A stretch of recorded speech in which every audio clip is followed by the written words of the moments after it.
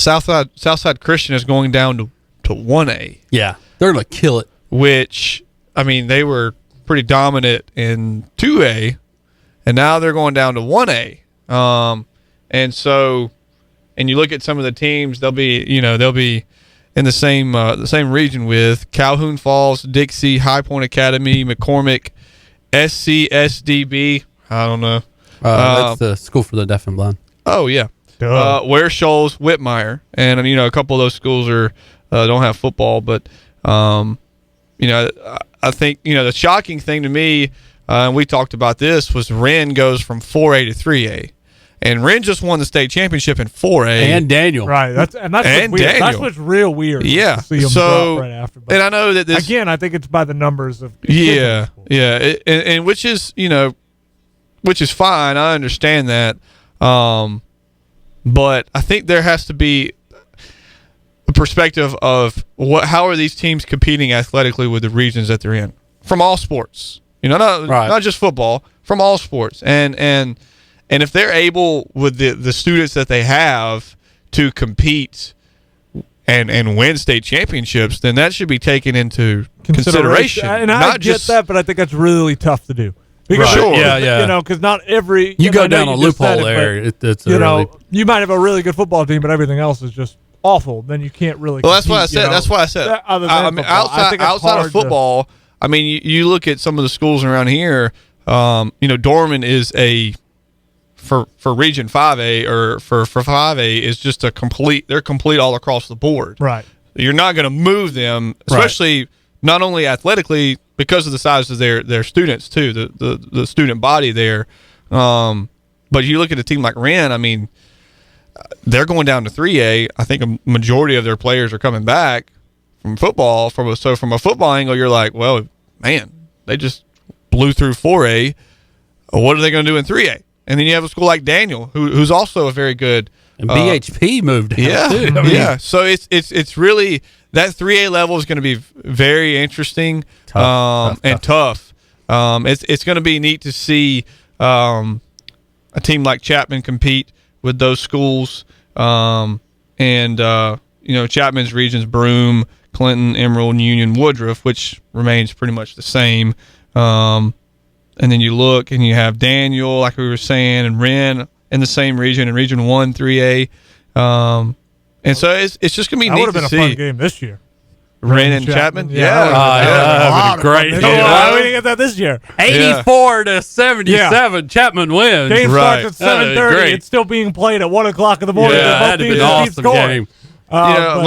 My overall, if you just look at it from a football angle, which is where I'm kind of taking this. Right. I know we have to take into effect every sport, but just from the football angle, 5A specifically, you do feel bad for Bowling Springs having to travel where they have to go. Right. And the mileage they have to do. And then you look at Region 2 and Region 2 5A with Burns, Dorman, Riverside, Spartan High, and Wade Hampton. That region is not as, to me, is not as good, obviously. It's not going to be as good next year as it was last year. We're not going to get the quality of football that we got every single week from Region 2 5A. It takes away from those 3 and 4 seed matchups we had this year with Gaffney and Malden and Bowling Springs. Yep. It takes away from those the depth of the league. That 3 seed upset, I don't see happening as much. Yeah. Yeah, and for me, I think the way to kind of sum it up and look at it, I do like what 3A did. And I love that Union and Chapman and Broome all in one region. I think Chesney going down to 2A, I think 2A is best for them. Yeah. I think absolutely. they can compete down there in 2A, and I thought they did a pretty decent job in 3A, but it's tough to compete. And I like them moving down to 2A. I didn't know that Southside Christian went to 1A because I was looking at what 5A was doing a lot more. If you're Southside Christian, do you appeal to move up? Because I think where the caliber athletes they have, they're starting to get. You have Pinkney, their running back. He's the stud. And if you go down to 1A, the lights aren't on you as much. It's not. I think if they I think that might be one team that I'd appeal to move up. I think it's one of those things where you see what happens in 2 years. You see if it's like, yeah. And again, it's not really on success. It's about the size of the school and the students and all that stuff. That's what it really is about. It's nothing about, okay, you're not doing well in this or you're doing well in here. It's nothing like that. But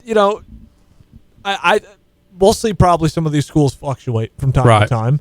It happens a lot. So I think we're going to have a record number of appeals. I think they would like to stay where they were, but I think if they go to 1A, they're certainly looked at as one of the better teams now in 1A, and they don't have to run into like Abbeville or anything like that. That's always nice. But looking at it, some of the problems that I have, especially, it's like I hate what's happening in 5A. And not maybe with everybody, but I'm talking about moving Gaffney and Bowling Springs out of Region 2, or Region, whatever it is. Region 2. Yeah, Region 2. Yeah, Region 2. That's what I thought. But they changed that a lot on me. It used to be Region 3. It's really confusing. Right. Yeah, it's just... it's... What makes that region so special is that it always came down to the final week. Right? There's always some teams that are fighting for that last playoff spot. There was always that drama there, and it made that region really special and really unique. And to break it apart like they did, it just takes, for me, we're not going to have that. We're going to look at Wade Hampton Riverside game deciding a playoff. Right, spot. but Region 2, and again, I don't mean to say this. Should be third. I don't mean to sound disrespectful, but, I mean, it's true. Right. You just got to beat Riverside and you're in. Right. That's it. It just takes away all that excitement. It's kind of, we'll know who's in the playoffs in that region by like week 5. Yep. I mean, I know not necessarily that, but I'm just saying, it just, some of that drama, and we still have some teams that are going to be competing for that region title, which adds fun drama to it. But I'm just used to those last automatic spots into the playoffs coming down to the last week, and that's what makes it fun. To take Bowling Springs out, that Spartanburg and Bowling Springs matchup was always so pivotal in this, it takes away. It was pivotal this year. It was pivotal again this year, and Bowling Springs has had their number. I'm sure, from Spartan High are probably excited to see Bowling Springs out for whatever reason. It's been Bowling Springs that's had their number, but I think the aspect of that has been taken away, and I don't enjoy it.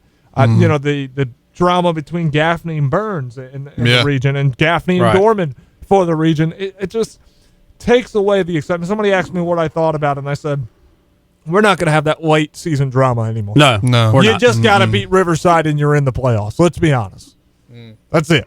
You won't really have a whole lot of the heavyweight matchups that we're used to seeing in 5A2, especially from that Region 2.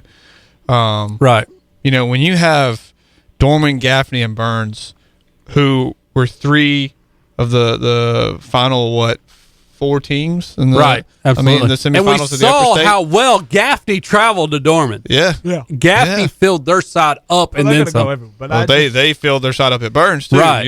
And so it kind of takes a little bit of that excitement and that. But that's going to make for some good non-region. Next year we're not going to be like, oh, Gaffney, Burns, can't wait. It's not there no. Right. We may start off the season with Gaffney, Burns. Right, we might get a little bit early on. That's one way to look at it. Non-region, which they will play each other. They absolutely will play each other still. But, and even if it's not in the regular season, they'll probably see each other in the playoffs still, which is great. Right, they have to keep each other on the schedule. Yeah, they have to. Yeah, but it's just so disappointing. That's what I'm crushed about, is that drama that we always see. This team needs to win. This team can win, but this team also has to do this or that. It made it fun. Yeah. Now it didn't. I wasn't the guy that had to think about all that stuff. That was Clary's job here. Clary had to do all that math stuff, and we just kind of go to him about that. But still, it made it fun to be like, wow, there's all these scenarios that can happen. It's now real simple. You beat Riverside, and you're going to play some postseason football. Yeah, it's ridiculous. That's it. So let's take a quick break, and I'll give my take on the other side. I need a whole segment for myself. Okay. Not really, but we'll continue this on the other side. But I got some big things, some big holes in this realignment that I'm going to present on the other side here on the Saturday Sports Report.